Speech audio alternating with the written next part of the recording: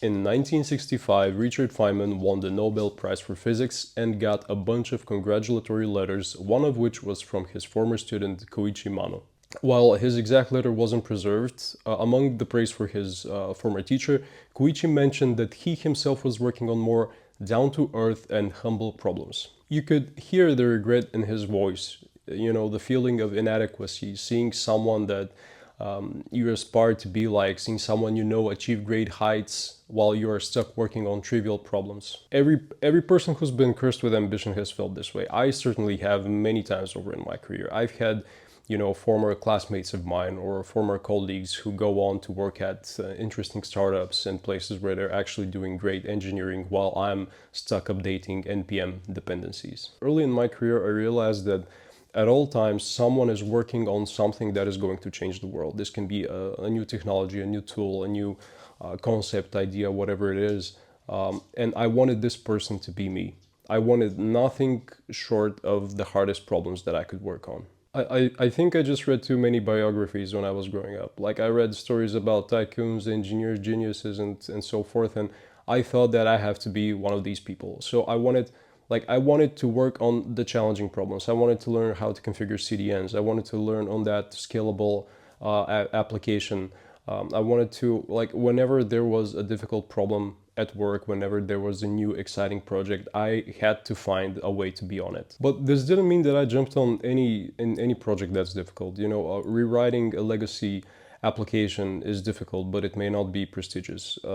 Migrating data from one data store to another is very difficult, requires a lot of concentration, a lot of thinking, but it's not something that you get a promotion for. It's not something that you end up in the history books or on the company's engineering blog. No, I wanted to work on the challenging problems. I had developed what I call strategic incompetence, that every time whenever there was a change that had to be made, like to a legacy application, I would avoid it like cat avoids water. I would just say that I don't understand the tooling, I don't understand the tech, I have to work on the more interesting bits and someone else could pick this up. I did my best to avoid gaining domain knowledge about our legacy systems, and I did my best just not to learn anything related to the parts of the product that I didn't want to work on. And if I sound like a self-centered asshole, I kind of was. But it turns out that there is a lot of trivial work, there's a lot of trivial everyday business as usual problems to be done both in the academic and in the business world. And there's prestigious work is very little actually.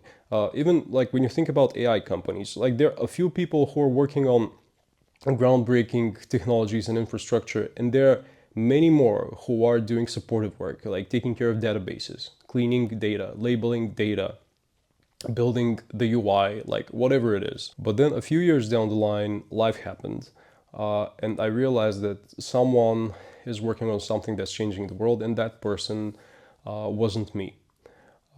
We moved to a different city, which was no longer in a commutable distance to a technology hub.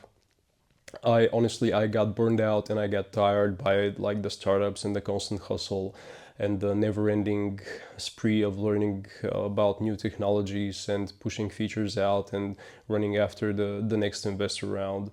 And on top of that, I developed some health issues that forced me to reduce my work hours a little bit.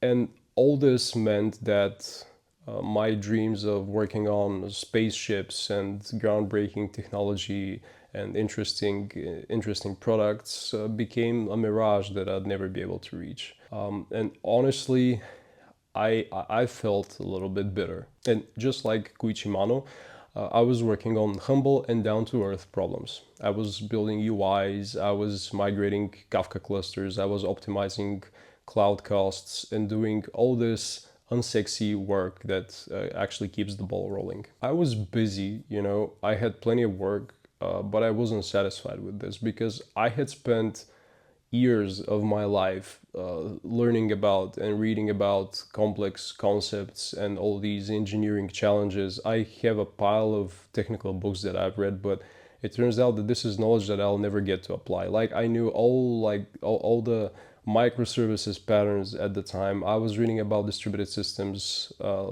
every night, and it turns out that while some of the people I know are working on really complex products and systems. I was helping businesses actually to make simpler ones because that's what makes sense for them. It was a difficult moment in my life, and I had really become a little bit cynical at the time. I had this desire to work, to study. I didn't mind 12-hour days. I was ready to do anything, but like the environment and like the constraints that I had at the time just put a ceiling on what my ambition can give me. I really felt like Koichi back then, but what helped me get through this was actually Richard Feynman's response to Koichi's letter. Now, I'm gonna read you out some parts of it. Unfortunately, your letter made me unhappy, for you seem to be truly sad. It seems that the influence of your teacher has been to give you a false idea of what are worthwhile problems. And in almost all cases, our idea of what is worthwhile to work on comes externally, from our teachers, from our parents, from our friends, from our colleagues. The worthwhile problems are the ones you can really solve or help solve, the ones you can really contribute something to. A problem is grand in science if it lies before us unsolved and we see some way for us to make some headway into it. I would advise you to take even simpler, or as you say, humbler problems until you find some you can really solve easily, no matter how trivial. You will get the pleasure of success, of helping your fellow man, even if it's only to answer a question in the mind of a colleague less able than you. You must not take away from yourself if these pleasures because you have some erroneous idea of what is worthwhile. This really put the whole idea of solving problems in perspective, because I noticed in myself that when I was working on simpler things, I wasn't doing them with the focus that I would do, that I would work on a complex problem with. For example, if I had to build a page that was simple, if I had to build a form, I would just sloppily put something together. If I had to work on some microservice that wasn't like mission critical, I would sometimes miss obvious problems and obvious flaws in the implementation that I would then have to go back and change. And I realized that I am not really, like, I constantly talk about mastery and about craftsmanship, and this is very important to me, but if you want to be a master, you have to put attention to every single detail, and sometimes this detail is updating an npm package, because even something as simpler as this can be mission critical. If there is a supply chain attack in the package that you're updating and you update it to the wrong version, this can be very bad. If there is like a breaking change in a minor version and you don't pay attention to that, again, you can cause a bug. Whenever you see like a master, whenever you see some craftsman who is really good at what they do, you will notice that every single detail is polished. And this means even the trivial parts of the work. Like, is fixing a hole on the street not an important problem for your municipality, for example?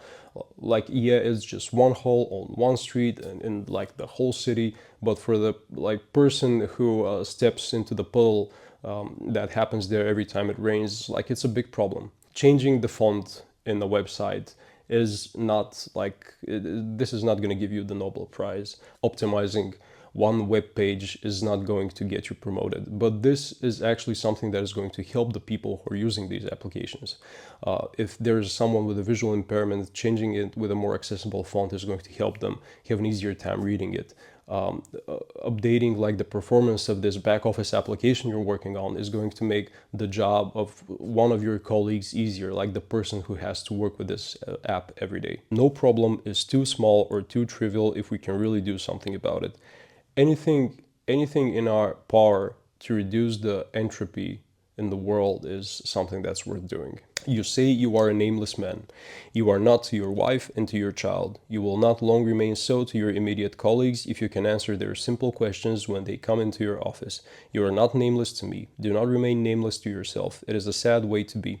Know your place in the world and evaluate yourself fairly, not in terms of your naive ideals of your own youth, nor in terms of what you erroneously imagine your teacher's ideals are. Richard Feynman managed to cure cynicism and sadness out of me with this letter that was written 60 years ago or so. Reading this, I was content that maybe I'd never get to work on rockets. I'd never get to make something that changes the world, but I'm still working on problems that matter. I'm still helping the world. I'm still fighting entropy, and I'm useful. Good work is worth doing even if it doesn't get the Nobel Prize.